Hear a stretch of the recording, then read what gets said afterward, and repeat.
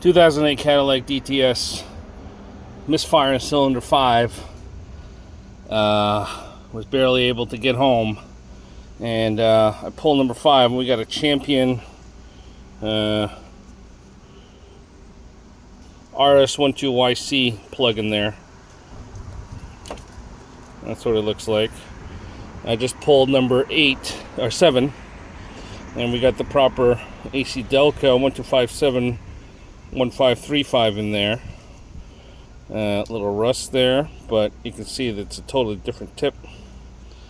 And yeah, somebody just replaced a random spark plug. So I got a whole box of new spark plugs ready to go. And thanks to the forums, you can see that you don't need to remove the check valve, which I just put in. So I just removed the bracket, and it's still attached to that flex hose, and I just kind of gently pushed it out of the way. So I've got 5 and 7, and I'll do that bank, and then I'll move forward to these over here. All right.